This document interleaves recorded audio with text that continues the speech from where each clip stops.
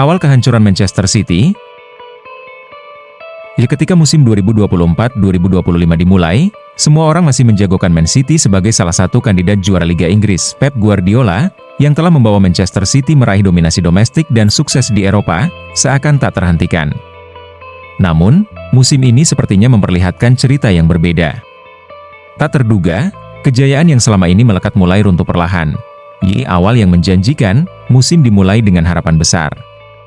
Pemain-pemain bintang, seperti Erling Haaland, Kevin De Bruyne, dan Rodri, siap membawa City melanjutkan kejayaannya. Namun, meski awal musim menunjukkan performa solid, masalah mulai terlihat. Badai cedera dan hilangnya Rodri. Pada pertandingan melawan Arsenal, Rodri yang menjadi pemain kunci Man City cedera. Rodri cedera ACL yang membuatnya harus mengakhiri musim lebih cepat. Setelah kehilangan Rodri, Man City sebenarnya masih cukup stabil, namun memasuki bulan yang jadwalnya padat badai cedera datang. Pemain Manchester City yang mengalami cedera mulai dari Jack Grealish, Oscar Bob, Ruben Dias, dan John Stones. Kemudian ada Kyle Walker, Nathan Ake, Manuel Akanji, Jeremy Doku, dan Kevin De Bruyne yang satu persatu bergantian masuk ke ruang perawatan. Satu demi satu, kemenangan sulit didapat. Manchester City, yang biasanya dominan di Premier League, mulai menunjukkan ketidakkonsistenan yang mencolok. Hasil imbang dengan tim yang lebih rendah di klasemen. Kekalahan tak terduga, dan permainan yang monoton mulai mengurangi kepercayaan diri tim. Pada bulan November 2024, Manchester City tercatat mengalami penurunan signifikan. Dari 5 pertandingan, mereka hanya meraih 1 seri dan 4 kali kalah.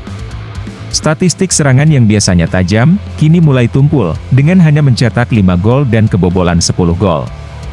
Hal tersebut membuat rekor bagi Guardiola selama kepelatihannya tidak bisa menang dalam 5 laga secara berturut-turut, yang sampai membuatnya frustasi terlihat dari luka di wajahnya.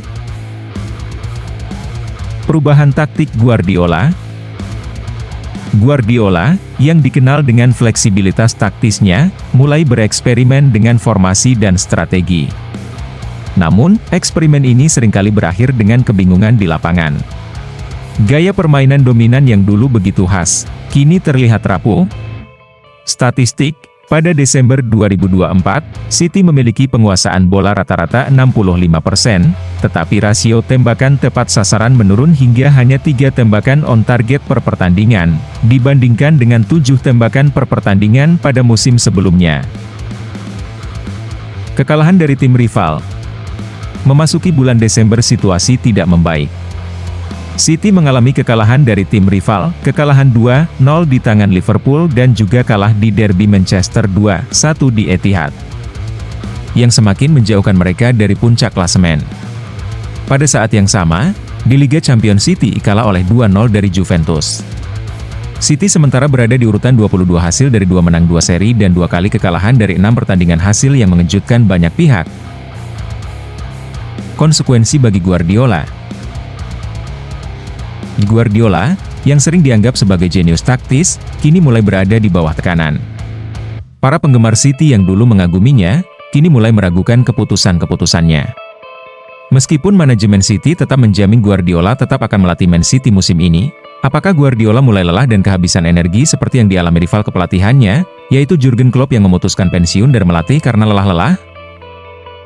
Apakah ini akhir era dari salah satu pelatih terbaik di dunia? Atau ini hanya sebuah fase yang akan segera berlalu? Well, menarik ditunggu apa yang akan dilakukan City dan Pep di bulan Januari.